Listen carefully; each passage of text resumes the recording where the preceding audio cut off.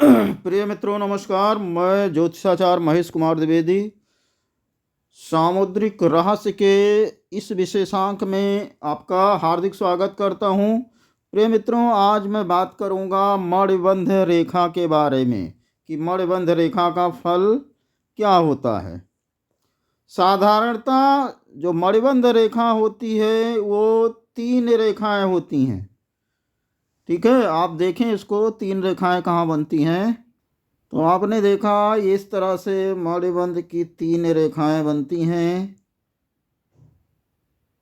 बहुत सारे लोगों के हाथ में ये मणिबंध की 3 रेखा देखने को मिल जाती है। तो इसमें से जो पहली वाली रेखा होती है इधर जो बनती है, प्रथम रेखा जिसे आप कहोगे, प्रथम रेखा धन रेखा होती है। अगर मणिबंध की एक भी रेखा आपके हाथ में बनी हुई है और पूरी बनी हुई है, ठीक है, ये पूरा गोल बनी हुई होनी चाहिए। अगर पूरी बनी हुई है तो ऐसा जातक धन संपदा बनाने में सफल होता है, यानी धन की कोई कमी नहीं होती है, धन परिपूर्ण होता है ऐसे जातक के पास। और अगर दूसरी रेखा भी साफ सुथरी बनी हुई है और पूरी बनी हुई है ये वाली, तो अगर दूसरी भी सही बनी हुई है तो ऐसा व्यक्ति विद्या, पहला धन तो कमा लेगा, अगर दूसरी रेखा बनी है तो ऐसा आदमी विद्या कमाने में भी सफल होगा, अर्थात वो विद्वान होगा, उसमें कहीं कोई कमी नहीं है। ऐसा व्यक्ति विद्वान होगा, सामाजिक होगा, धर्मशास्त्रों का ज्ञाता होगा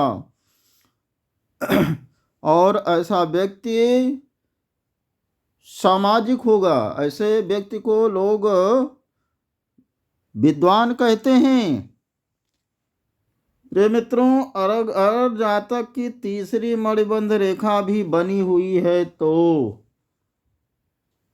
तो वो आप स्पष्ट रूप से जानिए, तीसरी रेखा पूर्ण रूप से वैसे देखने को नहीं मिलती है, लेकिन अगर तीसरी रेखा भी सही ढंग से बनी है तो ऐसा व्यक्ति संसार के सभी क्रियाकलापों को पूरा करने के बाद अंत में मोक्ष को जरूर प्राप्त करता है। ऐसा व्यक्ति जो है शुरू से देखा गया है कि वो भक्त होता है, भगवत भक्त होता है, अपने मोक्ष की चिंता उसको जीवन में रहती है। और अगर ये तीसरी रेखा भी बनी हुई है तो मनुष्य मोक्ष प्राप्त कर लेता है। तो आशा है आपको स्पष्ट हो चुका होगा। मणिबंध की पहली रेखा आदमी को धन देती है, दूसरी रेखा विद्या देती है और तीसरी रेखा मोक्ष प्रदान करती है। प्रिय मित्रों, ये मणिबंध रेखा जितनी स्वच्छ होगी, जितनी सुंदर होगी और जितना सुंदर बनी होगी, इसका फल उतना ही अधिक उत्तम होता है। अगर ये छिन्न भिन्न रेखा है तो इसका बल कम हो जाता है। ठीक है, तो उत्तम रेखा का फल ही उत्तम होता है। वहीं पे आप लोग स्पष्ट रूप से जान लीजिए कि 3 रेखाएं ही शुभ होती हैं। धर्म, अर्थ, काम, मोक्ष जितने भी पुरुषार्थ हैं, आप 3 रेखाएं बनी हैं तो आप पूरा करने में समर्थ होंगे। 3 रेखाओं से ज़्यादा रेखाएं जो है, मणिबंध रेखाओं की बात कर रहा हूँ, 3 से ज़्यादा मणिबंध रेखाएं शुभ नहीं होती हैं। अगर 3 से अधिक मणिबंध रेखाएं हैं, कटी फटी रेखाएं हैं, आधी अधूरी रेखाएं हैं, तो ये दुर्भाग्य की सूचना देती है, दरिद्रता की सूचना देती हैं। ऐसा मनुष्य अपने रोजी रोजगार को कमाने में ही अपना जीवन खपा देता है।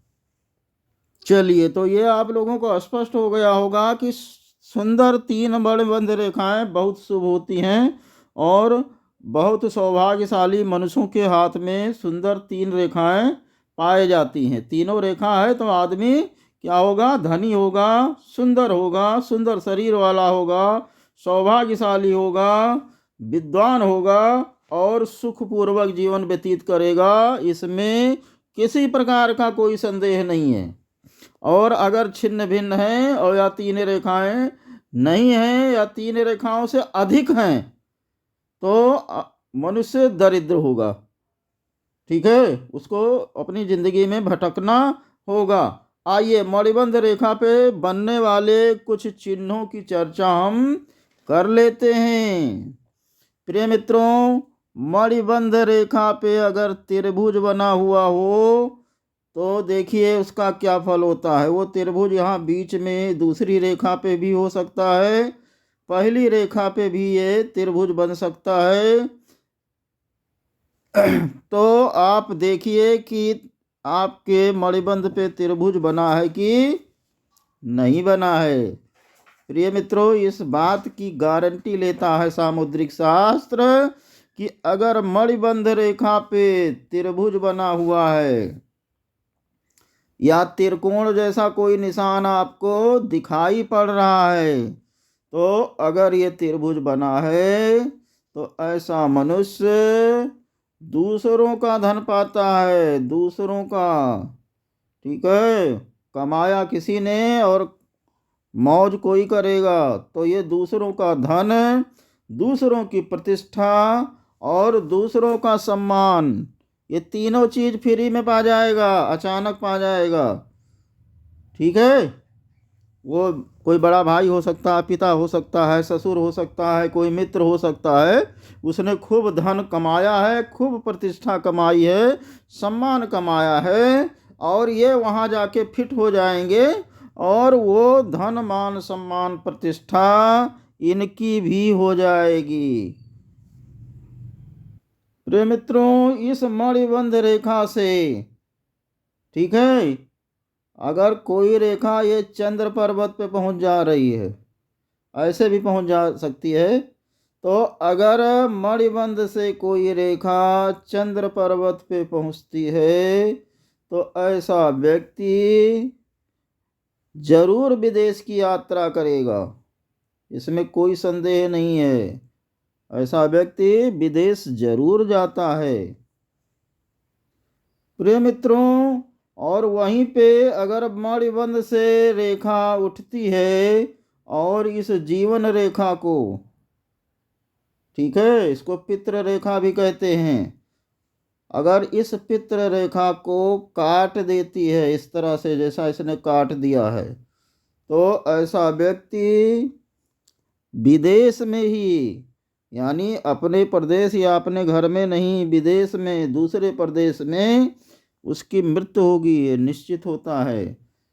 ठीक है, अपने घर में वो मृत्यु को नहीं प्राप्त होगा, जहाँ पे विदेश में है वहीं पे उसको मृत्यु की प्राप्ति होगी अगर मणिबंध से कोई रेखा उठ के जीवन रेखा को अस्पष्ट रूप से काटती है तो ऐसे जातक की मृत्यु विदेश में होती है।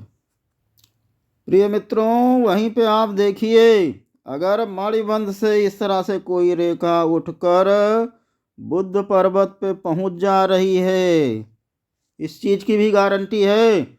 अगर मणिबंध से कोई रेखा उठ के बुद्ध पर्वत पर पहुंच जाए तो ऐसे जातक को अनायास धन की प्राप्ति अवश्य होती है, इसमें कहीं किसी प्रकार से संदेह नहीं किया जा सकता है। तो अचानक बहुत सारा धन ऐसे जातक को प्राप्त हो जाता है अगर मणिबंध से कोई रेखा उठकर इस बुद्ध स्थान तक पहुंच जाए। प्रिय मित्रों, वहीं पे अगर एक रेखा मणिबंध से उठकर इस तरह से सूर्य स्थान यानी रवि स्थान पे पहुंचे, ये रवि स्थान है, रवि पर्वत कहो इसको, ठीक है, तो अगर रवि स्थान पे कोई रेखा पहुंचती है मणिबंध से निकल के तो ऐसे व्यक्ति को भी अचानक धन की प्राप्ति होती है, लेकिन ये धन दूसरों की सहायता से प्राप्त होता है। ठीक है, दूसरा कोई व्यक्ति सहायता करेगा उससे इनको धन की प्राप्ति होगी। तो ये भी स्पष्ट है, ऐसे जातक को भी अच्छे धन की प्राप्ति होती है, लेकिन इस धन को दिलाने में कोई ना कोई मदद करता है, तब उसको धन प्राप्त होता है। लेकिन ये स्पष्ट है कि वो धन उसकी जिंदगी में सुख जरूर लेके आता है। ऐसा जातक सुखपूर्वक जीवन व्यतीत करता है, इसमें कहीं कोई संदेह नहीं है। तो प्रिय मित्रों, ये थी मणिबंध रेखा के बारे में सूक्ष्म जानकारी। आप अगर कंटेंट को लाइक करते हैं, शेयर करते हैं, चैनल को सब्सक्राइब करते हैं, तो आपको इस तरह के कंटेंट हमेशा मिलते रहेंगे और समाज में इसकी जानकारी, आप तक इसकी जानकारी पहुंचती रहेगी। मैं ऐसे कंटेंट पे काम करता रहूँगा और इस तरह की नई नई जानकारियाँ खोजकर आपके लिए लाता रहूँगा। अतः निवेदन है, चैनल को सब्सक्राइब और करें और कमेंट और लाइक करें। बताएं भाई कैसा लगा कंटेंट आपको, अच्छा लगा कि बुरा लगा, जो भी लगा वो आप लिखें। मिलते हैं फिर किसी नए वीडियो में नए कंटेंट के साथ। जय सिया राम।